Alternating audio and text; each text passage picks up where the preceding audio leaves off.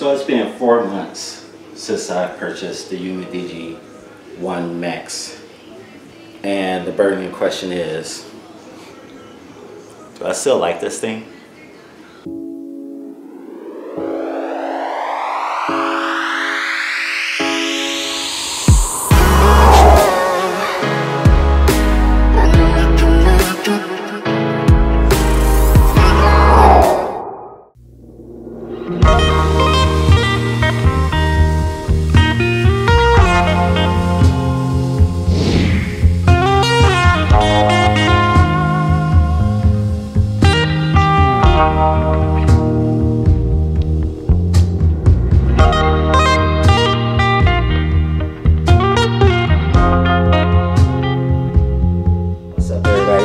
Great. I hope you're having a super beautiful day, and if you're new here, I do videos just like this as well as ADHD tips.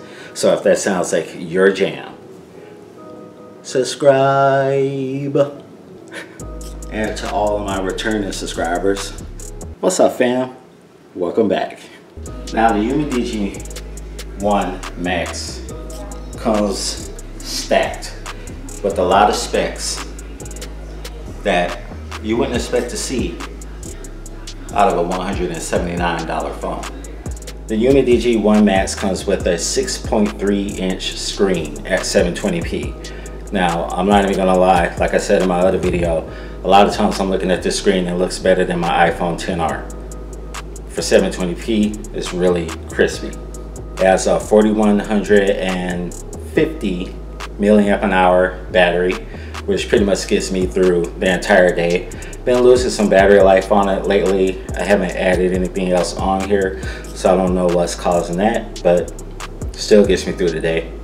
It has 18-watt fast charging via USB-C and 15-watt fast charging via wireless charging. And it has 3-way security. You can get into your phone using a typical passcode or pattern. You can also use your fingerprint, and you can also use their version of Face ID. And to be honest with you, Face ID actually works a lot better, especially compared to the fingerprint. And this phone comes with 128 gigabytes of onboard storage, which is insane.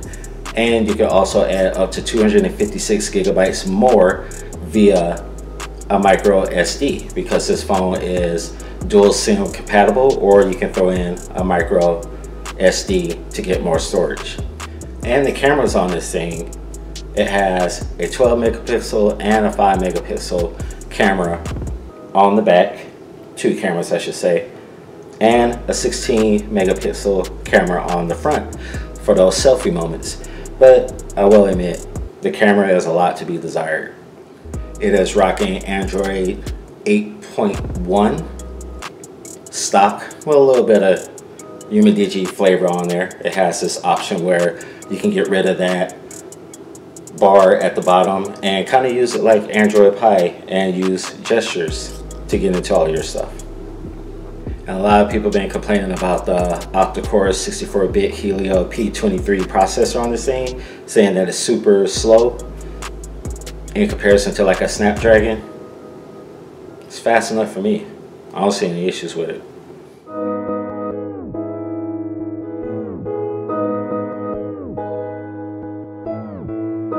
So, what has day-to-day use been like with the Umidigi One Max? Well, it's actually been pretty awesome. It's like, while I've been using it, I've been asking myself, you know, why did you pay like $900 for the iPhone XR when this phone does everything that you need it to do? I don't consider myself a power user at all. I do typical things like make phone calls, text, check emails, use a couple of apps. So basic things, it's doing just fine. And this is a secondary phone, of course. Primarily use this thing for work. It has everything that I need in it. And you know what? I forgot to mention that it also has NFC. So if I ever wanted to dabble in a little bit of Google Pay, I could do that with this phone. I haven't done it yet because I pretty much use Apple Pay and I use Fitbit Pay. So, but I am using it for like my rewards cards like at shopping centers, and it works just fine.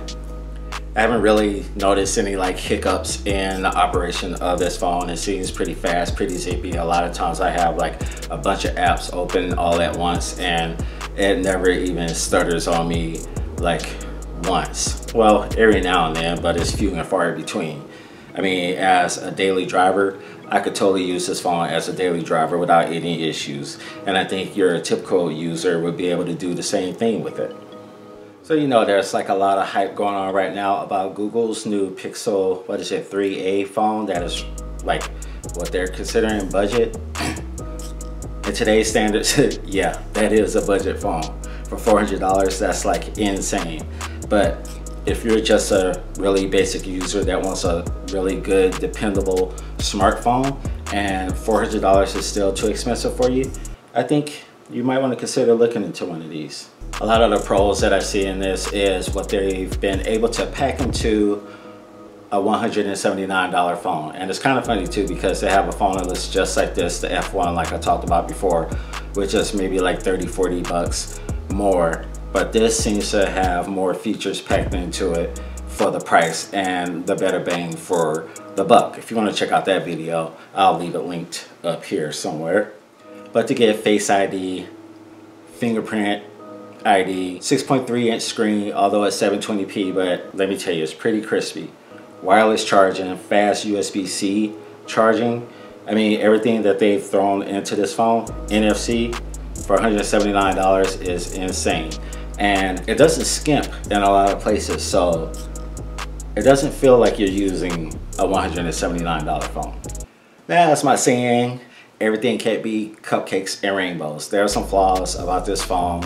I talked about it briefly in my first video, but after using it for 4 months, they're still there and they're still a little annoying. One of the things is the fingerprint sensor on here is a lot to be desired. A lot of times the phone won't even unlock using it. I'll use the Face ID to unlock my phone and it's a lot faster. I don't like the positioning of the button, as I mentioned before. I don't know if that has anything to do with how poorly it operates, but it does operate poorly. It hardly ever recognizes my fingerprint. Now, if I put my hand in my pocket while I'm walking, it'll recognize it just fine then, because then it'll turn itself on and then this phone is doing you know what in my pocket and a lot of times locking me out of accounts.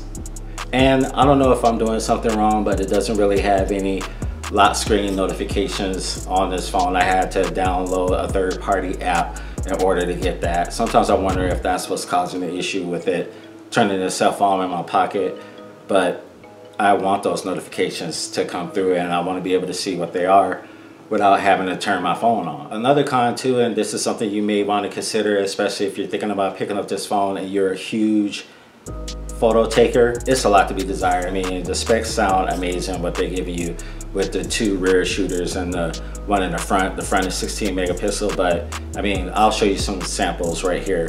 The photos are just meh. They're not really that good. They're usable, they're passable. You'll be able to get away with it on social media and stuff like that. But if you want to do something beyond that, good luck, because I don't think the quality is really that good. And the video quality on here is like not good. I mean, I'll show you some footage right here. It's not clear, it's not crispy. It has EIS on here, but it doesn't seem to be working like at all. I mean, I only imagine what the video might look like if I turn that feature off. The cameras are a lot to be desired. I think the cameras are a little bit better on the F1, but as far as on here, they're really not that good. So if you're looking for a budget phone that has a lot of bells and whistles and you need a pretty decent camera, then you might want to think twice about this. And if a lot of you out there are case hounds, kind of like myself, and like to collect a lot of phone cases, there's not many out there for this phone. Can't really consider that a con because that has really nothing to do with the operation of the phone. But if you like to collect cases, there's not a lot of options. I only have 3. This has been my favorite one right here. Alice in Wonderland, tatted out. There's not a lot of choices for cases, so if you find a case that you like, you're probably going to be sticking with it for a while. It's a gloomy day out in Las Vegas today. A little rain. I like it. We can use all the rain we can get out here. Let's wrap this up. The Umidigi One Max, 4 months later. My overall thoughts. Still love this phone. I think this phone is amazing for the price. And I think it's great for like an average consumer, as mentioned, that just wants a phone that has pretty much almost all the bells and whistles of your flagship phones out there, but without the flagship price. $179. You can't be too mad at the cons on this phone, because the pros definitely outweigh the cons. Would I tell you to run out and get this and don't worry about that Google Pixel 3a? To be honest with you, I would probably say yes. I would say run out and grab this instead of that, only if you don't care about picture and video quality. I'm the type of person that I care about that kind of stuff, so if I were looking for a daily driver, I would have to pass this up only because of the camera. Oh, and another thing, not just because of the camera. Can't believe I forgot this in the cons. This thing is running Android 8.1 Oreo, and I don't think it's going to be getting any updates anytime soon, which is okay, fine and dandy with me. I use primarily Apple phones, so the latest Android operating system really doesn't mean that much to me. But what does mean a lot to me is security updates. Usually when you don't get an Android update on an older phone or an off-brand phone, they'll usually keep you up to date as far as your security patches is concerned. I've been using this phone for 4 months. I think it just came out like maybe a month after I had purchased it. This thing is still running on the October 2018 security patch. That's no bueno. That's no bueno. And to be honest with you, that is one of the reasons why I haven't tried to use Google Pay on this thing, because the security patch is so out of date. That's not cool.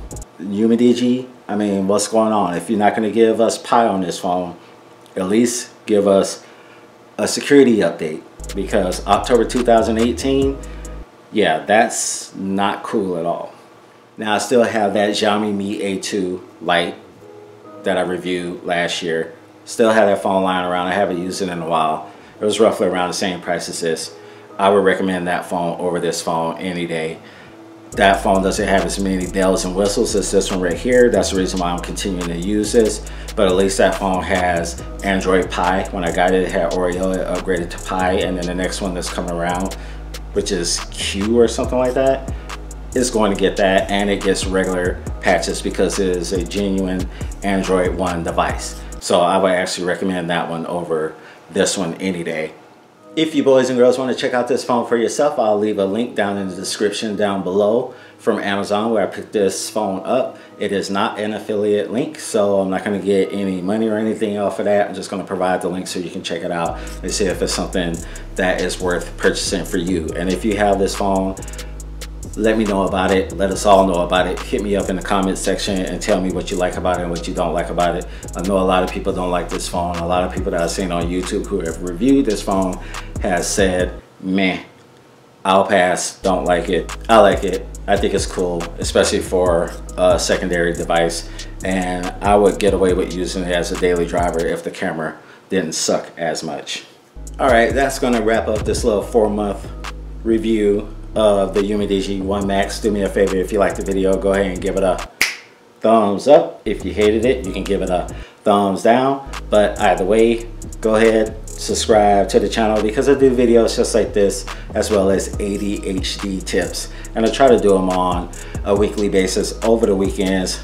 Been kind of a little off here, but you know, life's been getting in the way. Said that before, say it again, because it's true. And when you subscribe, don't forget to click the bell for notifications so you'll be notified every time I upload new videos.